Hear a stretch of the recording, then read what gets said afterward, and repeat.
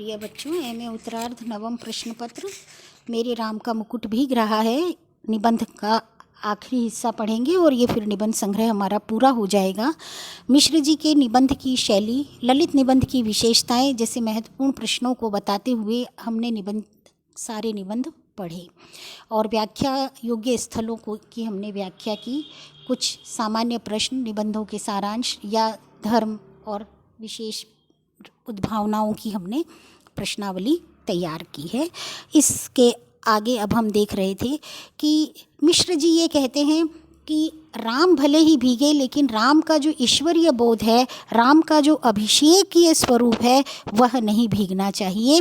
कहते हैं मिश्र जी, उस शक्ति का एक निष्ठ प्रेम पाकर राम का मुकुट है, क्योंकि राम का निर्वासन वस्तुतः सीता का दोहरा निर्वासन है। निर्वासन तो राम को मिला था, लक्ष्मण और सीता तो निर्वासन के साथ निर्वासित हो चले थे। राम तो लौटकर राजा होते हैं, पर रानी होते ही सीता राजा राम द्वारा वन में पुनः निर्वासित कर दी जाती है।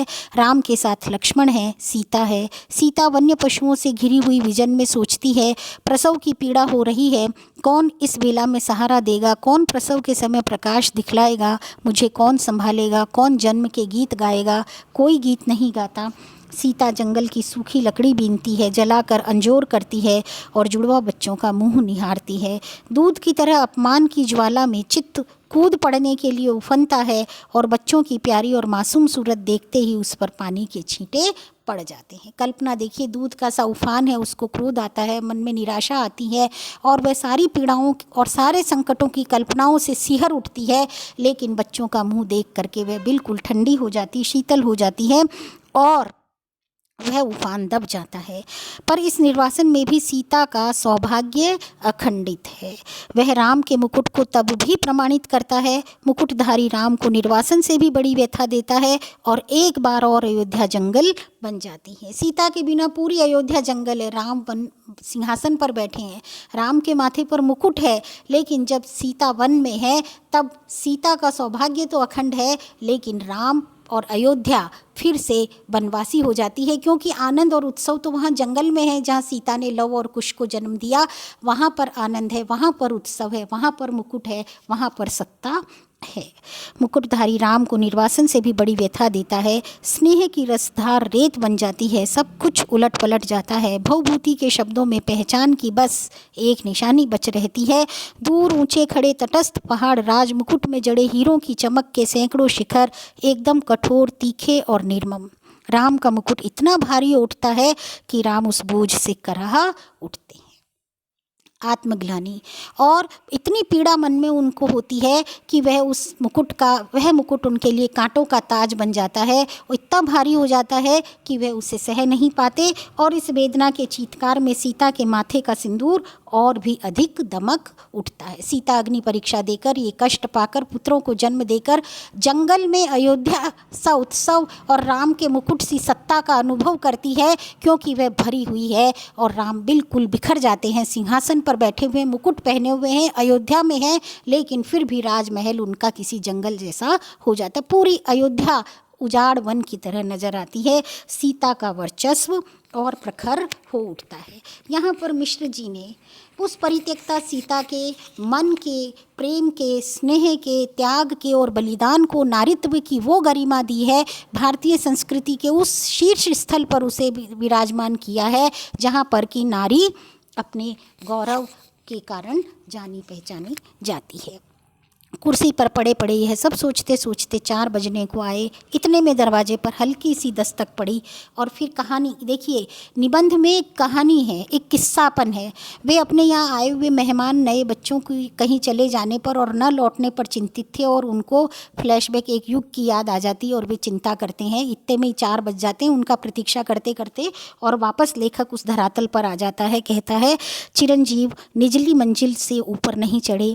सहमी हुई कृष्णा बोली, दरवाज़ा खोलिए। आंखों में इतनी कातरता कि कुछ कहते नहीं बना, सिर्फ इतना कहा कि तुम लोगों को इसका क्या अंदाज होगा कि हम कितने परेशान रहे हैं। भोजन दूध धरा रह गया, किसी ने भी छुआ नहीं।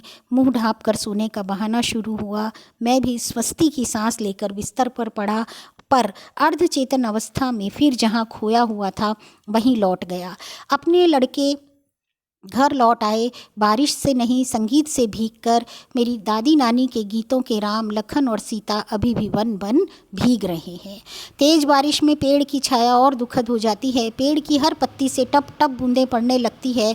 तने पर टिके तो उसकी हर नस नस से आप्लावित होकर बारिश पीठ गलाने लगती है। जाने कब से मेरे राम भीग रहे हैं और बादल है कि मूसलाधार ढरकाए चले जा रहे हैं। इतने में मन में एक चोर धीरे से फुसफुसाता है, राम तुम्हारे कब से हुए?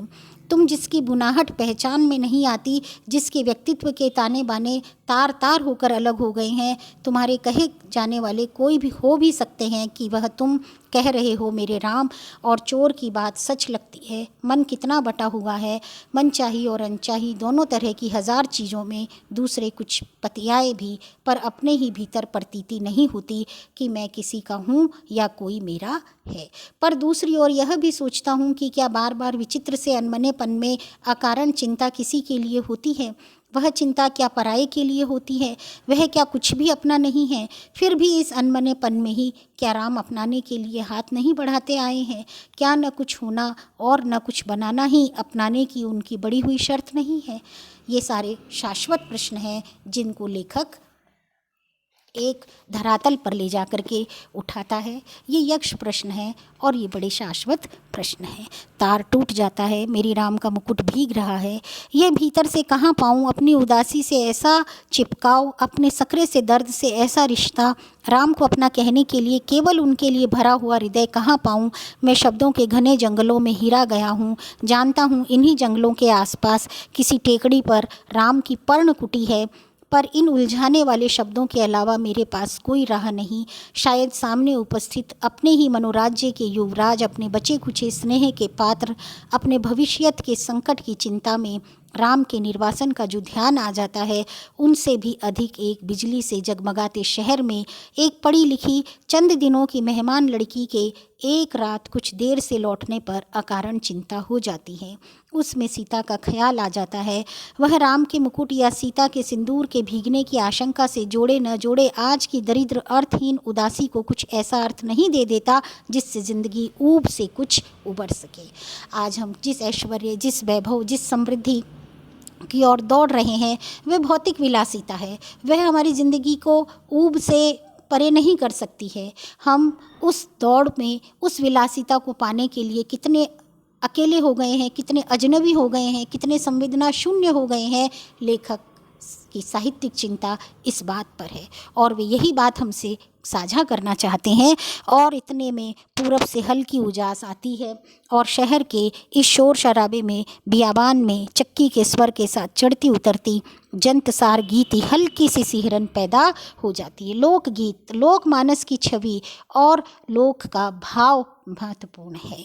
मोरे राम के भीजे मुकुटवा और अमचूर की तरह विश्वविद्यालयी जीवन की नीरसता में सूखा मन कुछ जरूर ऊपरी सतह पर ही सही भीगता नहीं तो कुछ नम तो ज़रूर हो ही जाता है। और महीनों की उमड़ी घुमड़ी उदासी बरसने बरसने को आ जाती है। बरस न पाए यह अलग बात है, कुछ भीतर भाप हो तब ना बरसे, पर बरसने का यह भाव जिस ओर से आ रहा है उधर राह होनी चाहिए। इतनी असंख्य कौशल्याओं के कंठ में बसी हुई जो एक अरूप ध्वनिमयी कौशल्या है, अपनी सृष्टि के संकट में उसके सतत उत्कर्ष के लिए आकुल, उस कौशल्या की ओर, उस ये संवेदना की ओर ही कहीं रहा है घास के नीचे दबी हुई। पर उस घास की महिमा अपरंपार है। उसे तो आज वन्य पशुओं का राजकीय संरक्षित क्षेत्र बनाया जा रहा है। नीचे ढकी हुई राह तो सैलानियों के घूमने के लिए, वन्य पशुओं के प्रदर्शन के लिए, फ़ोटो खींचने वालों की चमकती छवि यात्राओं के लिए बहुत ही रमणीक स्थली बनाई जा रही है।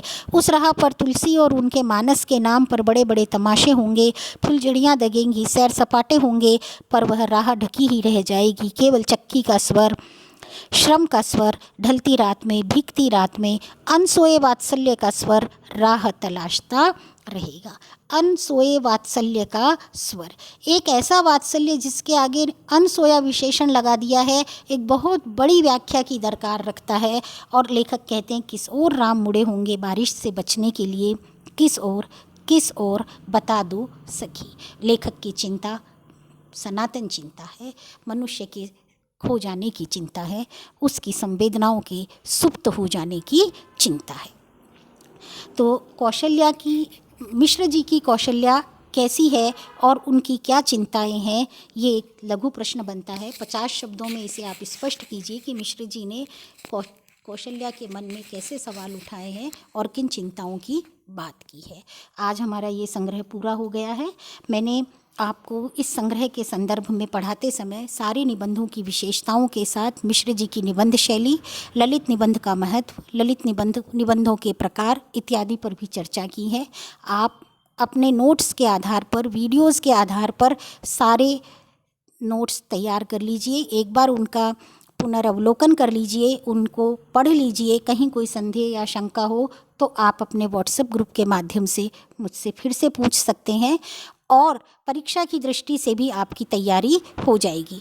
अभी तक साथ साथ में दिए गए सारे होम असाइनमेंट बच्चों आपने कुछ किए हैं, कुछ ने नहीं किए हैं, तो प्लीज़ ये आप कर लीजिए।